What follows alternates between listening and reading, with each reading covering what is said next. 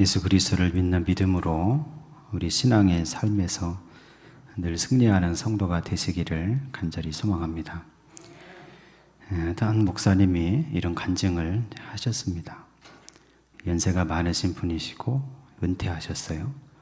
유명한 목사님이 이름만 대면 다 아시는데, 그분이 목회하실 때 좀 큰 교회를 목회를 하셨죠. 근데 그분이 무슨 간증을 하시냐면, 한 집사님이 있었대요, 자기 교회에. 근데 그 집사님이 교회 사무장을 이제 하려고 취임을 앞두고 있었습니다. 근데 우리 교회는 교회가 작으니까 사무장이 필요가 없습니다. 그런데 좀 큰 교회는 교회 직원이 필요하지요. 그래서 교회 여러 가지 사무들을 보는 사무장 취임을 하려고 그 집사님 준비를 하고 있었는데, 건강검진하다가 위암이 발견이 됐습니다. 거의 말기에 가까워서 수술은 하긴 해야 되는데 죽을 수도 있는 거죠. 그러니까 그 집사님이 얼마나 걱정되고 염려되고 하늘이 무너졌겠어요. 목사님이 그 집사님 신방을 하는 겁니다. 수술하기 전에. 신방을 하려고 무슨 말씀을 전할까 이렇게 묵상하다가, 그때 하나님께서 오늘 읽은 이 말씀에 등장하는 그 예수께서 나귀 타고 올라가시는 장면을 보여주시더라는 거예요. 그래서 이 말씀을 찾아서 묵상을 했답니다. 기도하면서 무슨 말씀을 전할까. 근데 기도하다가 이 목사님이 깨달은 게 있었어요. 하나님께서 깨닫게 하시는데, 이 나귀 새끼가 보이는 거예요. 무엇을 깨달았냐면, 주께서 쓰실 때에는 묶인 것을 풀어주신다, 그런 깨달음을 얻었어요. 예수께서 예루살렘 성전에 지금 올라가시는데, 성에 들어가시는 거죠. 성전에 가기 전에 우리 예루살렘 성에 들어가시는데, 예루살렘에 가시면 이제 십자가를 지시고 돌아가시는 겁니다. 한 5일 뒤에. 그래서 구원의 역사에 그 정점을 찍으시는데, 그때 예수께서 전혀 모르는 집에 제자 둘을 보내신 겁니다. 가면 새끼 나귀가 매여 있으니까 그것을 풀어서 끌고 와라. 누가 물어보면 주가 쓰시겠다 하라. 그 제자들이 그렇게 순종하고 가니까 정말 있었어요. 풀으려고 보니까 어떤 사람들이 왜 푸느냐고 뭐라고 합니다. 근데 그랬더니 그때 정말 예수께서 하신 말씀처럼 주께서 쓰시려고 한다. 그랬더니 아무 말을 하지 않고 풀어주셨다는 거죠. 그래서 예수께서는 그 나귀를 타고 올라가셨는데, 그 목사님이 그것을 이제 광경을 가만히 묵상하면서 주께서 주시는 깨달음을 얻었는데, 바로 예수께서 그 나귀를 쓰시기 위해서 매였던 것을 풀어주셨다, 이런 사실을 깨달은 겁니다. 그래서 그 수술을 앞두고 있는 집사님을 찾아가서 그 말씀을 전하면서 기도하다가 확신이 생겨서 그렇게 얘기했어요. 집사님, 앞으로 집사님의 인생을 하나님을 위해서 쓰겠다고 서원하십시오. 여러분, 함부로 하기 어렵잖아요. 근데 그 집사님이 그 말씀을 듣고, 그 목사님의 서원하라는 얘기를 듣고 그 앞에서 무릎 꿇면서 기도하면서 울면서 서원했습니다. 그리고 나서 수술을 했어요. 위를 거의 다 잘라냈답니다. 그런데 그 뒤로도 수십 년 동안 위가 재발하지 않고 하나님을 열심히 봉사하며 섬겼다는 겁니다. 여러분, 기적이지요. 오늘 저와 여러분이 그 은혜를 입기를 원합니다. 예수께서 쓰시려면 매여 있는 것을 풀어서 쓰신다. 여러분, 이 진리를 깨닫고 그 은혜를 받기를 간절히 소망합니다. 그러므로 저와 여러분이 주님의 손에 붙들려서 쓰임받기를 간구하시길 원합니다. 건강이 매여 있는 사람, 사업과 직장에 문제가 매여 있는 성도들, 자녀가 문제가 있는 사람, 자기 성격에 문제가 있는 사람, 또 자기 영적인 문제로 고민하는 사람, 하나님의 아들 예수 그리스도의 손에 붙들려서 쓰임받기를 소망하시길 원합니다. 주께서 불쌍히 여기셔서 쓰시려고 붙잡으실 때 그때 내가 매여 있는 것들이 주님의 은혜와 능력으로 다 풀려지게 될 줄로 믿습니다. 예수께서 나귀를 타시고 예루살렘 성에 들어가실 때 그때 많은 사람들이 그 광경을 쳐다봤습니다. 보자마자 이 사람들이 달려와서 자기 겉옷을 그 앞에다 깔고 그 다음에 그 옆에 있었던 종려나무 가지를 잘라서 그것을 흔들면서 예수 그리스도를 환영하면서 모셔드렸습니다. 그때 호산나 외치면서 모셔드렸죠. 오늘 말씀이 그걸 증언하는데 여러분 그 말씀을 다시 한번 읽어보겠습니다. 마가복음 11장 7절에서 10절 말씀을 다시 한번 읽어보겠습니다. 나귀 새끼를 예수께로 끌고 와서 자기들의 겉옷을 그 위에 얹어 놓음에 예수께서 타시니 많은 사람들은 자기들의 겉옷을 또 다른 이들은 들에서 벤 나뭇가지를 길에 펴며 앞에서 가고 뒤에서 따르는 자들이 소리 지르되 호산나 찬송하리로다 주의 이름으로 오시는 이여 찬송하리로다 오는 우리 조상 다윗의 나라여 가장 높은 곳에서 호산나 하더라. 아멘. 호산나를 외쳤습니다. 오늘 성가대도 호산나를 외쳤는데 여러분 호산나가 무슨 뜻인지는 아시죠? 지금 구원하소서 그런 뜻입니다. 히브리어로 호시아나 이런 뜻인데 지금 나를 구원해 달라는 겁니다. 지금 우리에게 구원과 해방의 역사를 일으켜 달라는 거지요. 여러분 예루살렘이 무슨 뜻인지 아십니까? 지금 예수께서 예루살렘 성으로 들어가시는 중이지요. 사람들이 보고 우리를 구원해 달라고 얘기합니다. 외칩니다. 예루살렘은 무슨 뜻이냐면 사실 그 성의 그 이름의 뜻은 예루라는 말은 터전이란 뜻이에요. 마을, 터전, 기초, 토대, 지역 이런 뜻입니다. 살렘은 여러분 아시죠? 샬롬, 평화라는 뜻이에요. 그러니까 예루살렘은 무슨 뜻이냐면 평화의 터전, 평화의 도성, 평화의 도시 이런 뜻입니다. 근데 여러분 예루살렘의 역사를 그 도시의 역사를 살펴보면 어느 한순간도 평화스러웠던 적이 거의 없습니다. 얼마나 많은 이민족들이 예루살렘을 점령하고 또 유대인들이 탈환하고 이런 일들이 벌어졌고 역사적으로 예루살렘은 2차례에 걸쳐서 완파가 됐습니다. 완파가 됐다는 말은 그 도성이 거의 쑥대밭이 됐다는 거예요. 그리고 어떤 분이 연구를 했는데 23차례나 포위를 당했던 도성이고 52번이나 공격을 당했고 44차례에 걸쳐서 점령과 탈환을 반복했던 역사를 가졌던 도성입니다. 지금도 예루살렘은 평화가 없습니다. 여러분 잘 아시죠? 무슬림과 또 유대교와 대립 가운데서 평화가 없는 도성이 되어 있습니다. 예수께서 그 성에 들어가실 때도 그때는 로마가 지배하던 시대였기 때문에 예루살렘에 살던 사람들, 아니 유대 땅에 살던 유대인들은 로마 황제가 매기는 과도한 세금 때문에 눌려서 어렵고 힘든 삶을 살아가고 있었습니다. 거리마다 구걸하는 사람들이 많이 있었고 또 예루살렘 안에는 여러분 성전 북쪽에 가면 베데스다 연못이라는 연못이 있었는데 이 베데스다라는 뜻도 자비의 집이라는 뜻이에요. 근데 베데스다 연못가에는 누가 있었습니까? 많은 병든 사람들, 장애인들이 즐비하게 진을 치고 있었습니다. 왜 그랬냐면 그 베데스다 연못에 관한 미신이 있었습니다. 천사가 내려와서 어느 순간에 물결을 일으키면 물이 동하게 하면 그때 처음 들어가는 사람은 모든 병을 낫게 된다는 미신이 있었죠.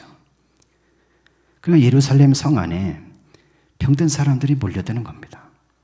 베데스다 연못으로 가서 거기 진을 치고 병이 낫기를 소망하면서 물이 동할 때 자기가 먼저 들어가겠다고 아우성을 치면서 생존에 관한 경쟁을 벌였던 것이 예루살렘에 있었다는 사실이죠. 뿐만 아니라 로마의 지배 아래 있었기 때문에 유대인들도 친로마파, 반로마파로 갈려서 서로 간의 정치적인 권력을 차지하기 위해서 그렇게 암투가 벌어졌던 것이고, 대제사장의 자리를 놓고 뇌물을 써서 로마 황실로부터 그 자리를 얻어내는 일도 빈번하게 일어났습니다. 뿐만 아니라 대제사장 그리고 서기관들 그리고 백성의 장로들은 성전을 통해서, 성전의 제사를 통해서 자기 주머니를 불리는 일들도 서슴지 않고 했던 곳이 예루살렘이었습니다. 로마의 군대가 주둔해 있어서 항상 안토니오 요새에서 예루살렘을 감시했습니다.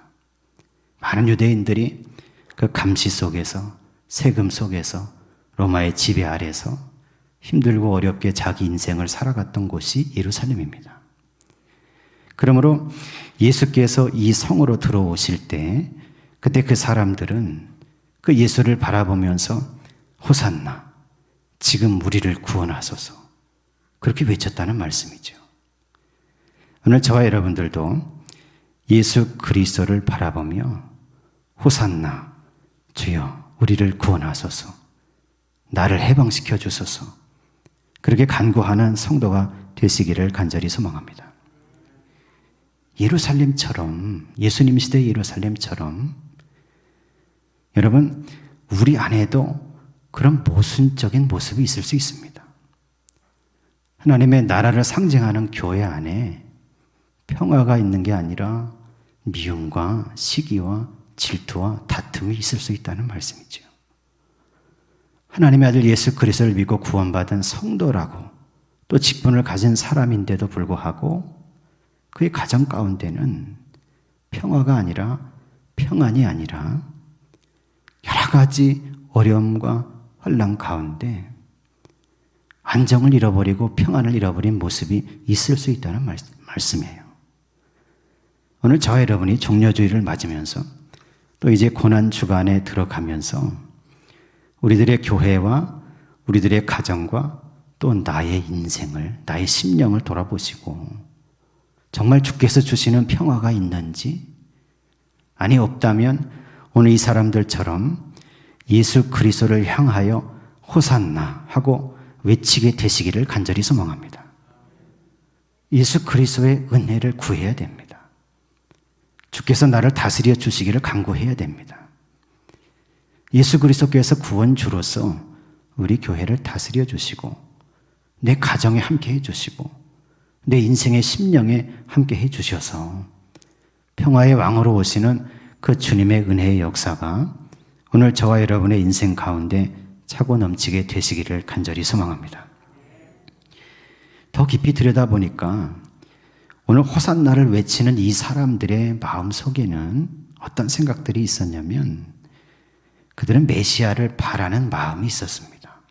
이게 무슨 얘기냐면 유대인들의 생각 속에는 메시아 대망 사상이 있었어요. 다윗 왕과 같은 놀라운 정치력과 군사력을 일으킬 수 있는 사람이 나타나서 바로 이 로마의 압제에서 우리 나라를 독립시키고 해방시켜줄 그럴 왕이 온다 하는 그런 대망의 생각과 사상이, 소망이 있었죠. 또 특별히 예수님 시대, 이 시대에 예수께서 지금 예루살렘 성에 들어가실 때 그 앞에 호산나를 불렀던 사람들의 머릿속에, 생각 속에는 바로 마카비 혁명 전쟁을 통해서 자기들이 그리스 헬라 제국으로부터 독립했었던 때, 약 80년 동안 독립국가를 이뤘던 때가 있는데 바로 그 기억에 대한, 그 생각에 대한 바람이 있었다는 사실입니다. 또 하나 그들의 마음속에는 지금 유월절이 다가왔습니다. 과거의 애굽의 압제에서, 노예에서 430년 동안 살다가 풀려났던 이스라엘 백성, 자기 조상들을 생각하면서 이제 로마의 지배에서, 그 압제에서 우리를 풀어서 해방시키실 왕이 오실 거라는 바램과 열망이 있었다는 사실이죠. 또 하나 그들에게는 나사렛 출신의 예수라고 하는 랍비에 대한 소문이 있었습니다. 그분이 손을 얹으시면 어떤 병에 걸렸든지 온전히 회복된다. 그분이 말씀하시면 귀신 들린 사람도 온전하게 되더라. 그분이 함께 하시면 바다와 그리고 물결도 잔잔하게 되더라. 또한 그분이 일하시니 떡 몇 조각과 물고기 몇 마리로 5,000명, 10,000명, 4,000명 되는 사람들도 배불리 먹는 일이 일어나더라. 눈먼 사람이 눈을 뜨고 안진뱅이가 일어나면 어떤 병과 어떤 병마에 씨름하는 사람도 온전케 하시는 랍비가 있다더라. 바로 그 나사렛 출신의 예수 그리스도가 지금 나귀를 타고 오시는 것이 그들의 눈에 보여질 때 바로 그 구세주에 대한 소문이 그들의 마음속에 있었다는 말씀입니다. 또 하나 중요한 사실이 있는데 그건 뭐냐면 예수께서 나귀 새끼를 타고 오시는 이 광경이 사실은 스가랴서 9장 9절의 말씀이 완전히 성취되는 자리였다는 사실입니다. 여러분 스가랴서 9장 9절에 이렇게 되어 있습니다. 우리 9절 말씀 스가랴서 9장 9절을 올려주시고 같이 한번 읽어보겠습니다. 시온에 따라 크게 기뻐할지어다. 예루살렘에 따라 즐거이 부를지어다. 보라 네 왕이 네게 임하나니 그는 공의로우며 구원을 베풀며 겸손하여서 나귀를 타나니 나귀의 작은 것 곧 나귀 새끼니라. 아멘. 하나님께서 스가랴 선지자를 통해서 메시아가 올 때 이렇게 올 것이라고 선포하셨는데 그 말씀 그대로 지금 이루어진 겁니다. 그러니까 그런 생각과 마음과 소망과 열망 가운데 있었던 이 유다 이스라엘 백성들이 그 예언의 말씀이 이루어지는 이 자리를 바라보면서 나귀를 타신 예수 그리스도를 향해서 호산나라고 외쳤다는 말씀이죠.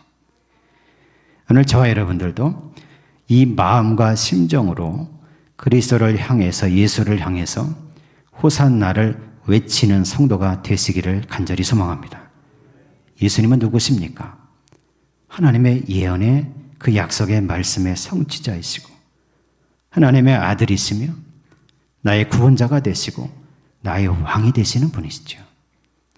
그 예수 그리스도를 저와 여러분이 모셔드리며 하나님의 은혜 가운데 나의 가정과 인생 속에 교회 속에 참된 평강과 평안의 역사가 이루어질 수 있도록 저와 여러분이 기도하며 간구할 때 주께서 함께 하시고 붙들어 주시는 은혜가 임하게 될 줄로 믿습니다.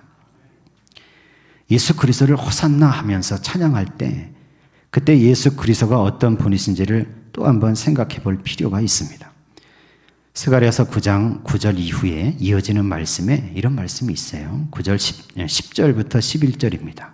스가랴서 9장 10절과 11절을 같이 한번 읽겠습니다. 내가 에브라임의 병거와 예루살렘의 말을 끊겠고 전쟁하는 활도 끊으리니 그가 이방 사람에게 화평을 전할 것이요 그의 통치는 바다에서 바다까지 이르고 에브라데 강에서 땅끝까지 이르리라. 또 너로 말할진대 내 언약의 피를 인하여 내가 너희의 갇힌 자들을 물 없는 구덩이에서 놓았나니. 아멘. 하나님께서 말씀하셨습니다. 메시아가 오면, 즉 예수 그리스도께서 오시면 그는 겸손하여서 나귀를 타는 모습으로 올 것이고 겸손의 왕으로 올 것이고 또한 그는 병거와 말을 끊으며 전쟁하는 활도 끊어버리고 이방 사람에게 화평을 전하시는 평화의 왕으로 오실 것이다. 그는 언약의 피로 말씀해 보니까 갇힌 자들을 물 없는 구덩이에서 놓이게 하실 것이다. 여러분 이 말씀이 저와 여러분에게 임하시기를 간절히 소망합니다. 예수 그리스도는 겸손의 왕으로 오셨습니다. 하나님과 동등됨을 취할 것으로 여기지 아니하시고 자기를 비워서 종의 형체를 가지셨고 사람의 모습으로 내려오신 분이시지요. 겸손하여서 나귀를 타고 이제 십자가를 지시는 구원의 역사를 이루기 위해서 예루살렘 성으로 들어오고 계십니다. 저와 여러분이 예수 그리스도를 받아들이고 예수 그리스도를 모셔드리고 그리고 그 주님의 구원의 은총의 역사를 간구하는 성도가 되시기를 간절히 바랍니다. 그분은 또한 평화의 왕으로 오셨어요. 예수 그리스도는 무기를 없애고 전쟁을 없애고 화평을 전하며 겸손과 공의로 온 세상을 통치하시는 주님이시다. 그렇게 스가랴는 선포했습니다. 이것이 세상의 왕들과 다른 점이지요. 세상을 통치하는 왕들은 어떻게 해서든지 전쟁의 무기를 늘려가고 어떻게 해서든지 자기의 통치권을 확보하기 위해서 여러 가지 술수를 사용하지요. 그러나 예수 그리스도는 오히려 전쟁의 무기들을 다 풀어 없애버리고 화평을 전하는 왕으로서 어떻게 구원하시느냐? 하나님의 약속하신 언약의 피로서 구원하시는 왕이시라는 말씀입니다. 오늘 저와 여러분이 이 언약의 피로 구원하시는 예수 그리스도의 은총을 덧입게 되시기를 간절히 소망합니다. 내가 십자가에 돌아가신 예수 그리스도를 믿을 때 그 십자가의 보혈의 역사를 통해서 하나님의 약속하신 평강의 역사, 구원의 역사가 임하게 되는데 그때 바로 이 언약의 피의 역사가 임하게 될 줄로 믿습니다. 언약의 피는 뭡니까? 이스라엘이 하나님과 계약을 맺을 때 호렙산 정상에서 모세를 통해서 모세의 중재를 통해서 하나님과 계약 백성이 될 때 그때 뿌려진 피를 말하는 거지요. 언약의 피는 어떤 겁니까? 레위기에서 속죄제사, 화목제사를 드릴 때 그 제물을 드리는 사람의 그 죄를 사하는 제물의 피, 바로 그것이 언약의 피가 되는 거죠. 언약의 피는 어떤 것입니까? 유월절 어린 양의 피를 얘기하는 겁니다. 애굽의 압제에서 이스라엘 백성들이 출애굽할 때 그 마지막 재앙에서 죽음의 재앙에서 피가 발라진 가정들마다 넘어가게 하셨던 그 은혜의 역사, 바로 그것이 예수 그리스도의 십자가의 보혈의 피를 통해서 저와 여러분에게 임하게 된다는 사실입니다.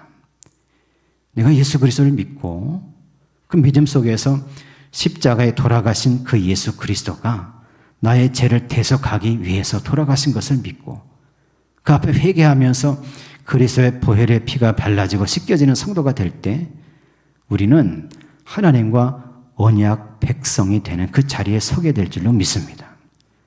뿐만 아니라 그 피의 역사를 통해서 내 죄와 악이 사해지는 역사를 경험하게 될 줄로 믿습니다. 뿐만 아니라 예수 그리스도의 보혈의 피가 발라지고 씻겨지는 성도가 될 때 모든 죄와 사망의 그런 모든 험악한 일들에게서 넘어가게 되는 그런 은혜를 덧입는 성도가 될 줄로 믿습니다. 오늘 믿음으로 예배하는 저와 여러분이 그러므로 이 예수 그리스도를 모셔드리게 되시기를 간절히 소망합니다. 호산나, 나를 구원하소서. 지금 주여 나를 구원하셔서 지금 이 삶의 어려운 상황 가운데서 나를 해방시키시고 나를 붙잡아 주셔서 주님 주시는 평강을 누리게 하여 주옵소서. 간구하는 성도가 되시기를 간절히 소망합니다. 뿐만 아니라 겸손의 왕으로 평화의 왕으로 오신 그 예수 그리스도를 기억하면서 저와 여러분들도 나의 삶의 자리에서 내가 살아가는 삶의 공간에서 겸손하게 낮추어 섬기는 성도가 되시기를 원합니다. 용서와 사랑의 사람이 되셔서 그래서 내 삶 속에서 주님이 주시는 평화를 이루고 그 평강의 역사 가운데 하나님의 은혜를 누리며 살아가는 성도가 되시기를 간절히 소망합니다. 마지막으로 오늘 호산나를 외치는 이 사람들을 바라볼 때 오늘 저와 여러분이 분별력 있는 성도가 되시기를 간절히 소망합니다. 여러분, 예수께서 오시는 그때 호산나를 외치면서 종려 가지를 흔들면서 겉옷을 펴면서 예수 그리스도를 모셔드린 그 사람들, 그들이 여러분 닷새가 지나면 예수님을 십자가에 못 박으라고 외치는 사람들이 됩니다. 대제사장과 서기관들의 말에 휩쓸리게 되는 거죠. 오늘 저와 여러분이 이 세상을 신앙을 가지고 살아갈 때 우리는 분별력을 가지게 되시기를 간절히 소망합니다. 마가복음 13장 21절에서 23절에 보면 말세의 사람들의 미혹을 주의하라 그렇게 말씀하시면서 예수께서 이렇게 말씀하시죠. 할 수만 있으면 거짓 그리스도들과 거짓 선지자들이 일어나서 이적과 기사를 행하여 할 수만 있으면 택하신 자들을 미혹하리라. 오늘 저와 여러분이 이 말씀을 기억하시기를 원합니다. 우리가 이 세상을 살아가면서 말세라고 일컬어지는 세상을 살아갈 때 우리는 분별력 있는 성도가 되셔서 하나님의 은혜 가운데서 예수 그리스도의 말씀 위에 서서 하나님의 말씀으로 모든 것을 분별하고 그리고 하나님이 주시는 그 은혜와 은총의 역사를 누리는 성도가 되시기를 간절히 소망합니다. 나를 구원하시는 주님이신 것을 기억하시고 이제 고난주간에 들어갈 때 예수 그리스도의 십자가의 뒤를 따라가는 성도가 되시기를 간절히 소망합니다. 내 삶의 자리에서 겸손하게 낮추어 섬기는 성도가 되시고 나 삶의 어려운 것들을 주님 앞에 내어놓고 나를 구원하시는 하나님의 은총의 손에 모든 것을 맡겨드리며 말씀 중심의 신앙으로 분별하여 살아갈 때 저와 여러분의 인생 가운데 주님 주시는 평강의 역사가 임하게 될 줄로 믿습니다. 오늘도 기도할 때 그 은총의 역사가 임하시고 믿음으로 기도할 때 주께서 도우시고 살리시고 평강을 주시는 은혜로 살아가시기를 예수 그리스도의 이름으로 간절히 축원합니다.